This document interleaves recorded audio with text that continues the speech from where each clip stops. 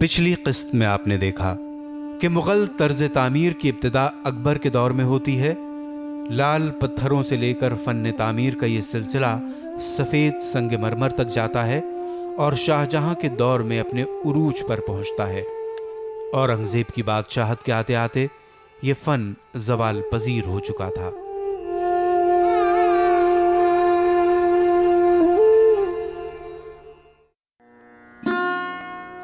आज के फन्नी मंजरनामे पर मिनिएचर आर्ट गुम होता नजर आता है। हालांकि ये आज भी बनाए जा रहे हैं और पुरानी तख्लीकात या उनमें इस्तेमाल की गई तकनीकों के जरिए आज के फनकार मुख्तलिफ मगर असल तख्लीक पेश कर रहे हैं। मौजूदा दौर के मुसव्विरों के यहाँ इसका चलन बहुत ज़्यादा नहीं है और न ही फन्नी मंजरनामे पर उनकी भीड़ नजर आती है। लेकिन राजस्थान के फनकारों की मुख्तसर तादाद जयपुर के शहर में आज भी इस फन पर मरकूज है और क्लासिकी तरीक़े को बरूए कार लाते हुए नई तख्लीकात पेश कर रहे हैं। इन फनकारों की तख्लीकात पर मिनिएचर आर्ट का असर नुमाया नजर आता है, जिन्होंने बदलते हुए वक्त के तकाज़ों के मुताबिक इसे अपनाया है। कदीम तख्लीकात की पजीराई दिन की रोशनी में अवाम के दरमियान भी हुई और शाही दरबार में भी हुई। आज के फनकारों की तख्लीकात की नुमाइश स्टूडियो के अंदर मसनूई रोशनी में बड़े शहरों की गैलरीज में होती है। गरचे वो किलों और महलों की मुसव्विरी थी, ताहम इससे उस वक्त की तर्ज जिंदगी और तौर तरीक़ों की अक्कासी होती है और वो हुनर नस्ल दर नस्ल मुंतकिल होता चला आया है। बहुत से फनकार दर्जनों मुलाजिम रखते हैं। मखसूस काम करने के माहौल के अंदर मुसव्विरी की जा रही है और ये तख्लीकात अपने माहिरीन की इजाज़त के बाद ही बाहर निकलते हैं। फिर भी इन जदीद तर्ज के मिनिएचर को उस हुनर की ज़रूरत है जो उस वक्त थी। नहीं, अभी क्या है कि मिनिएचर कला का राजस्थान वगैरह जगहों पर काफ़ी कलाकार है जो कर रहे हैं, लेकिन उसमें से नए आयाम अगर आप प्रकट करना चाहें, मतलब आज के समय के मुताबिक अगर मिनिएचर कला को आगे बढ़ना है या उस निकलना है, तो उसके लिए हमें कुछ और करना पड़ेगा। अभी तक वो जो करते आए हैं, जो पुराने मिनिएचर है उसकी नकल करते आए हैं और वो बिकते हैं क्योंकि वो टूरिस्ट बड़ा पसंद करते हैं। लेकिन उसके अंदर ये बात जो कि मिनिएचर को अगर आपको या तो आप मिनिएचर की टेक्निक को लेकर या तो मिनिएचर का जो तरीका है उसको लेकर हमारे जीवन का मतलब आज के जीवन का जो माहौल है उसको लेकर अगर कुछ बनाएं तो उसके अंदर संभावनाएं तो बहुत है, अनेक संभावनाएं हैं। मिनिएचर पेंटिंग्स तो जड़ है आर्ट की, इंडियन आर्ट की जड़ है, बुनियाद है। तो बुनियाद से कभी भी कोई दूर जा नहीं सकता है और उसके बगैर तो कुछ हो भी नहीं सकता है। जैसे बिल्डिंग को जब हम बनाते हैं तो उसकी बुनियाद हमें भरनी पड़ती है ना, तो बुनियाद अगर वीक होती है तो वो बिल्डिंग जल्दी से गिरने के चांसेस रहते हैं। तो मिनिएचर पेंटिंग जो है या इंडियन आर्ट, दूसरी जो इंडियन आर्ट है वो तो हमारी आज की इंडियन आर्ट की और फ्यूचर में जो इंडियन आर्ट होगी उसकी बुनियाद है, बेस है वो उसका। तो वो तो मिनिएचर पेंटिंग्स तो हमेशा आज भी हैं, हमेशा रहेंगी। वो जब तक ये दुनिया है तब तक मिनिएचर पेंटिंग्स रहेंगी। मिनिएचर पेंटिंग्स के दीवाने भी रहेंगे, उनको करने वाले भी रहेंगे, उनको अप्रिशिएट करने वाले भी रहेंगे, डेवलप करने वाले भी रहेंगे। इंडिया में कुछ ऐसा हुआ है कि हम लोग का जो एजुकेशन सिस्टम है, आर्ट एजुकेशन का सिस्टम है, वो काफ़ी हद तक इन चीज़ों से हट गया था। ओके, और ये हुआ उस टाइम पर जब हम इंडिपेंडेंस की ओर गए और हमें ये हुआ कि हमें इंटरनेशनलिज्म की ओर जाना चाहिए। और हमारी जो एजुकेशन थी वो तो खैर ब्रिटिश के टाइम से ही बड़ी वेस्ट यूरोपियन सेंटर्ड रही। लेकिन जो इंटरेस्टिंग बात है वो ये है कि अगर हम बंगाल स्कूल देखें प्री इंडिपेंडेंस, वहाँ भी कई आर्टिस्ट ने इन ट्रेडिशंस को रिवाइव करने की कोशिश की थी। ओके, बाद में हम अमृता शेरगिल को देखें तो अमृता शेरगिल जो कम्प्लीटली एक मॉडर्न कॉन्शियसनेस से काम करती थी, उनके कामों में, चाहे वो स्विंग है, चाहे ब्राइड्स टॉयलेट है, चाहे एंशियंट स्टोरी टेलर है, आप ये काम देखते हैं तो हमें दिख रहा है कि कैसे मिनिएचर्स को वो समझने की कोशिश कर रही थी और वो चीज़ों को अपने ऑयल पेंटिंग्स में उन्होंने लाने की कोशिश की। हाँ, वो जो कर रही थी उसमें बड़ी एक पर्सनल डिज़ायर थी और एक इंटरेस्टिंग तरीका था ईस्ट और वेस्ट को मिलाने का, क्योंकि वो एक टाइम था जब ईस्टर्न और वेस्टर्न सेंसिबिलिटी को पोलैरिटीज़ से देखा जाता था, ईस्ट अलग है, वेस्ट अलग है, ओके। और ये चाहती थी कि मैं कुछ वहाँ से लूँ, कुछ यहाँ का लूँ और उसके थ्रू कुछ बनाऊँ जो मेरा योगदान रहा होगा।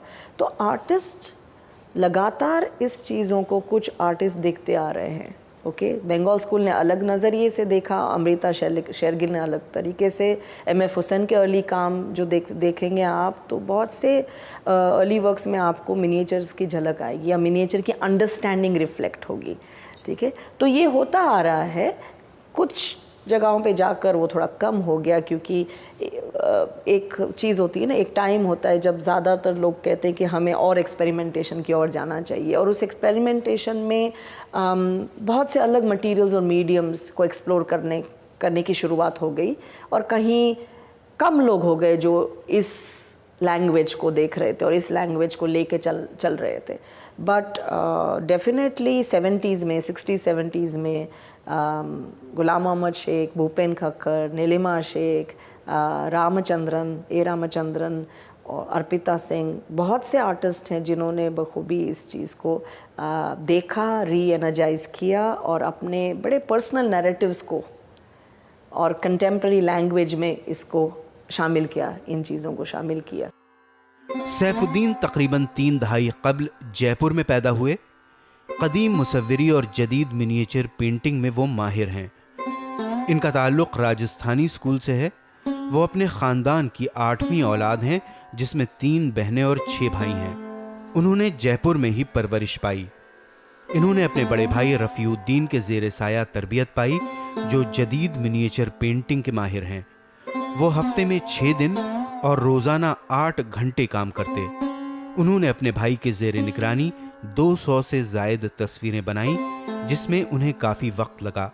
ज़्यादातर मैंने भारत सरकार के हिंदुस्तान का नाम किया है, नाम रोशन किया है, क्योंकि मुझे भारत सरकार ने जब भेजा है और जहाँ आर्ट कंपटीशन हुए हैं, मैंने फर्स्ट प्राइज़, सेकंड प्राइज़ वहाँ से जीता है।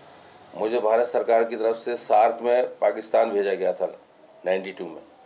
वहाँ पर मैं सार्क समिट में जब मैं पहुँचा कंपटीशन में, तो मैंने वहाँ भी फर्स्ट प्राइज़ हासिल किया था। उसके बाद 93 में मुझे जो है ना नेशनल अवार्ड मिला, और उसके बाद बराबर मैं अपने निरंतर अपनी साधना करता चला जा रहा हूँ और अपना काम करता रहा हूँ। मैंने देश विदेश में जो फॉरेन डेलीगेट्स आते हैं देश विदेश से, उनके लिए भारत सरकार को 30 साल तक 35 साल तक मैंने पेंटिंगें दी हैं। जितने भी डिग्निटीज़ VIPs आते हैं भारत में, तो गवर्नमेंट ऑफ इंडिया उनको प्रेजेंटेशन के तौर पर कुछ पेंटिंग्स देती है, गिफ्ट करती है। मैं ये कहना चाहूँगा कि हमारी जो कला है वो धीरे धीरे लुप्त होती जा रही है। उसकी वजह यह है कि बच्चों में, आज की जो जनरेशन है उसमें इतना पेशेंस नहीं है, वो सीखना नहीं चाहते हैं, वो इतना वक्त नहीं दे पाते हैं। दूसरा यह है कि हमारी इस कला को जीवित रखने के लिए मैं और मेरे जैसे और भी कई लोग हैं, वो काफ़ी प्रयास कर रहे हैं, और मैं चाहूँगा कि भारत सरकार या राजस्थान गवर्नमेंट भी इसमें हमारा सहयोग वैसे कर तो रही है, लेकिन और भी प्रयास करें। कुछ ऐसे म्यूज़ियम्स बनाए जाएं जहाँ पर जो अभी उभरते हुए कलाकार हैं, जिनको भारत सरकार नेशनल अवार्ड से, स्टेट अवार्ड से और पद्मश्री अवार्ड से नवाजती है, उनकी कलाकृतियाँ उस म्यूज़ियम में रखी जाए, उनके नाम के कैप्शन के साथ रखी जाए, ताकि आने वाली जनरेशन जो है ना वो उसको देखकर उससे सीख सके, उससे इबरत हासिल कर सके, और वो आगे वो भी मतलब उसको अपने जीवन में उस कला को जिंदा रखने के लिए वो भी कुछ आगे आए और उसका प्रयास करे। तिलक गीताई का ताल्लुक बीकानेर के हुक्मरानों के शाही दरबारी मुसव्विरों की दूसरी नस्ल से है। वो 1949 में पैदा हुए। वो दस्तकारी, डिज़ाइनिंग और संगतराशी तमाम में यकसा महारत रखते हैं। साथ ही उन्होंने अपनी मुसव्विरी की भी पूरी दुनिया में नुमाइश की। कदीम रागमालाई तस्वीरों में उन्होंने अपने तसव्वुरात से कुछ नए इजाफे किए और इन नए इजाफों के बगैर वो तस्वीरें नामुकम्मल थीं। इन्होंने मुख्तलिफ चीज़ों जैसे पुराने हाथ के बनाए हुए कागज़, रेशम और दीवार सबों पर तस्वीरें बनाईं और कदीम मिनिएचर पेंटिंग को बचाए रखा। उन्होंने अपना ब्रश गिलहरी के बालों से बनाया। अपने ताबनाक करियर के दौरान उन्होंने अपने फ़न की असलियत और महारत पर कई इनाम भी हासिल किए। उसने अपने ब्रश गिलहरी के बालों से बनाए थे। अपने ताबनाक करियर के दौरान उसने अपने फ़न की असलियत और महारत पर कई इनाम भी हासिल किए। हाथी के दांत पर बनाई रागमालाई तस्वीर की जिनीवा के मूज ईडी इथनोग्राफी में भी नुमाइश की गई। अमरीकी सदर बिल क्लिंटन और उसकी बेटी चेल्सी क्लिंटन ने भी मार्च 2000 और अप्रैल 2001 में अपने जयपुर दौरे पर उसकी तस्वीरों की तारीफ की। राजस्थान में उदयपुर के नजदीक एक छोटा सा मंदिरों का शहर है नाथद्वार, जो 300 से जायद फनकारों के कुनबे का मस्कन है, जहां के कौमी इनाम याफ्ता मरहूम भंवर लाल गिरधारी लाल शर्मा आज भी मिनिएचर आर्टिस्ट के लिए बायसे तहरीक हैं। वो एक फनकार खानदान में पैदा हुए और मजहबी मिनिएचर पेंटिंग और क्लासिकी राजस्थानी फन की तजदीद और उसकी अहया के लिए मशहूर थे। उनके बेटे शमी बन्नू की तख्लीक़ात को जैकलिन कैनेडी ओनेसिस के जरिए बड़ी पजीराई हासिल हुई। नाथद्वार के दूसरे मशहूर फनकार दामोदर शर्मा हैं, जो हिंदुस्तान के कदीम मिनिएचर फनकारों में से एक हैं। इनके कामों की सबसे बड़ी खुसूसियत यह है कि इसे जितना बड़ा किया जाए ब्रश का दाग नजर नहीं आता। इन्होंने सिंगल हेयर ब्रश से अपनी तमाम तस्वीरें बनाई हैं। उनकी उम्र 40 साल से ऊपर हो गई है, लेकिन 2 साल पहले तक वो बिना आतिशी शीशे के बारीक से बारीक काम को अंजाम देते थे, जबकि ज्यादातर लोग उसके बगैर काम नहीं कर सकते। इनका तर्ज इतना अनोखा है कि कोई भी इनकी नकल करने की हिम्मत नहीं करता।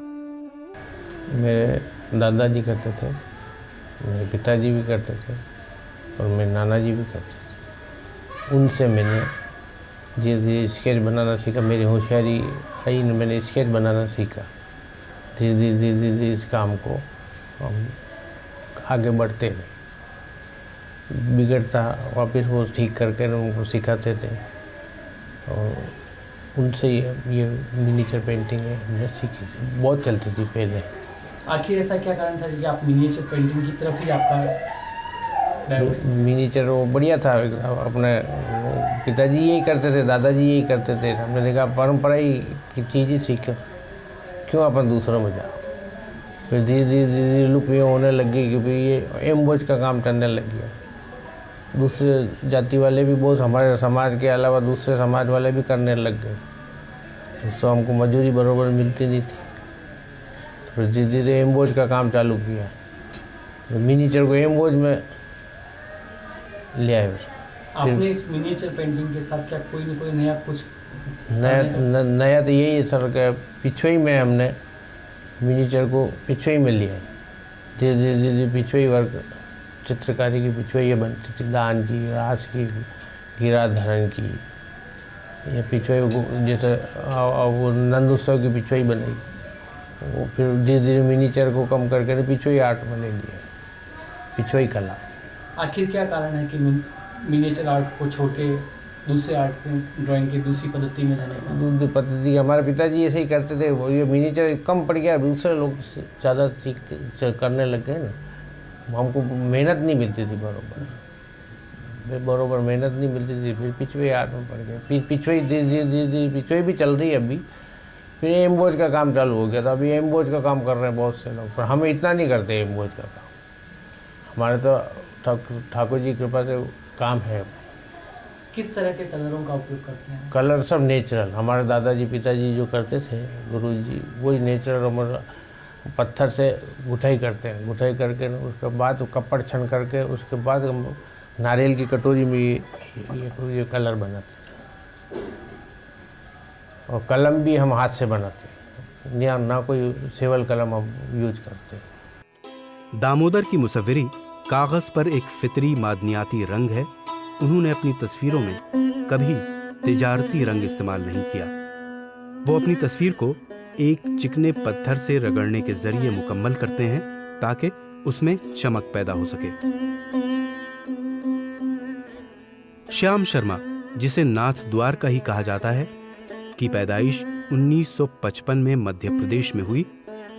वो जब 5 साल का था उसमें बड़ी लियाकत पाई गई, इसलिए उसके वालिदैन ने उसे अपने नाना नैनसुख के यहाँ फने मुसव्विरी सीखने के लिए भेज दिया, जो इस फन के बड़े माहिर थे। नाथ द्वार के फनकारों की रिवायत ये थी कि वो गुरु के साथ ही पढ़ते और उनके कामों की इतनी नकल करते कि वो खुद मुकम्मल तस्वीरें बनाना सीख जाते। वो अपनी तस्वीरों में फितरी मादनियाती रंगों का इस्तेमाल करते। उनकी तमाम तर मुसव्विरी कागज पर ही बनी है। वो भी सारनाथ जी की तरह भगवान कृष्ण के भक्त थे, जिनके नाम से ये शहर जाना जाता है। वो रोजाना सुबह पूजा करने के लिए मंदिर जाया करते। शहर के दूसरे फनकारों की तरह ये भी मंदिर में ही तस्वीरें बनाते। उनकी ये भक्ति उनकी तख्लीकात में भी नजर आती है।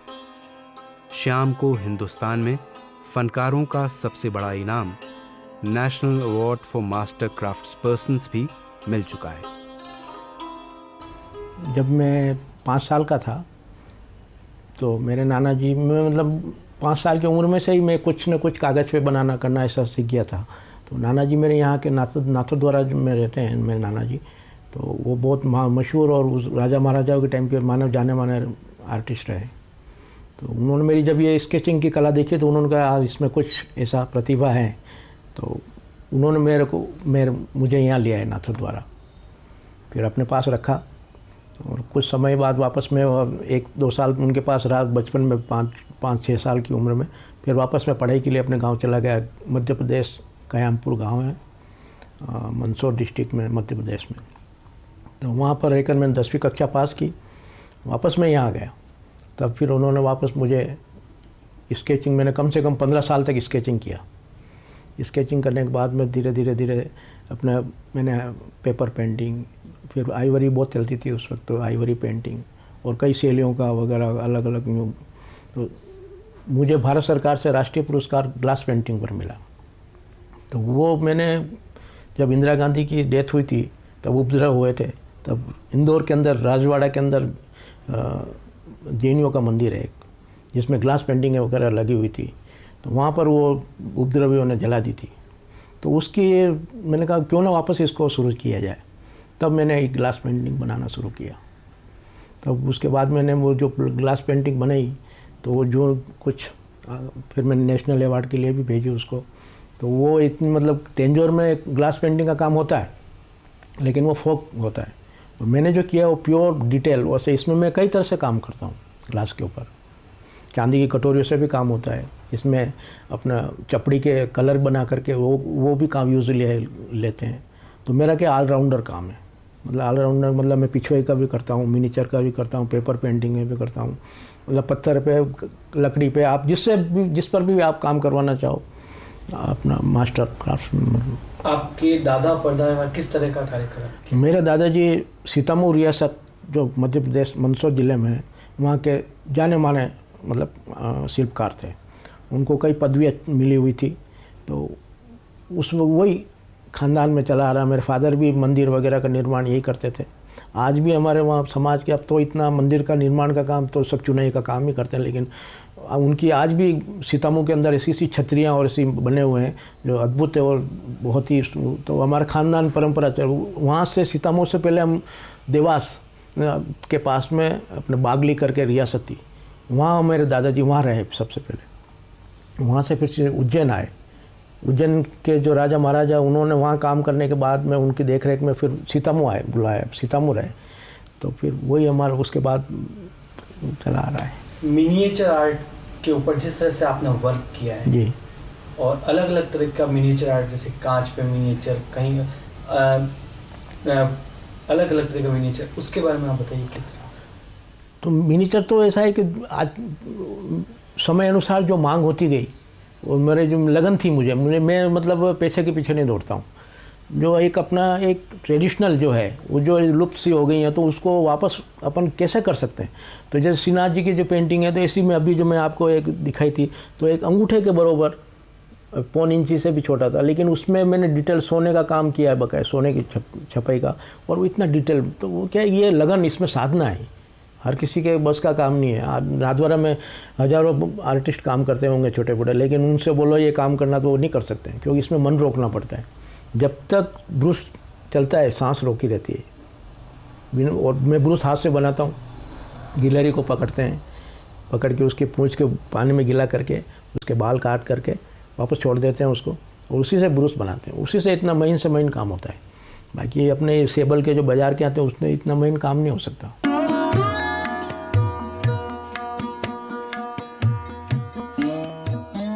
माशी खुशहाली की वजह से हिंदुस्तानी आर्ट में 1990 के अवाइल से काफ़ी बेहतरी आई है। मुख्तलिफ शोबे के फनकारों ने मुख्तलिफ तरह की तख्लीक़ात को पेश करना शुरू किया है।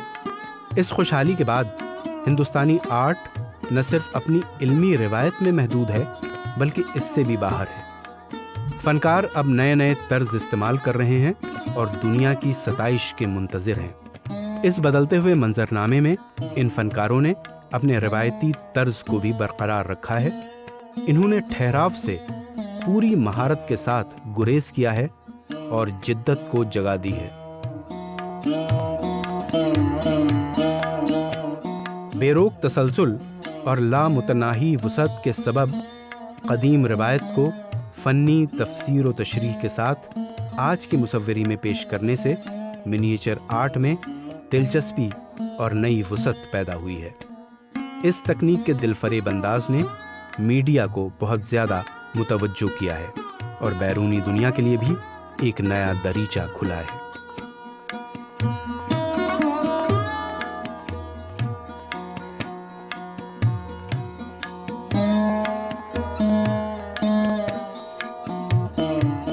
आज की किस्त में आपने देखा कि हालांकि आज मिनिएचर आर्ट काफ़ी हद तक गुम हो गया है, लेकिन ख़ास तौर से राजस्थान में यह आज भी जिंदा है। फनकार पुरानी रवायत और तकनीक निभाते हुए उसमें नए ज़माने के तकाज़ों को जगह दे रहे हैं। बदलते वक्त के साथ साथ तख्लीक के नए नमूनों के कदरदान भी कम नहीं हैं।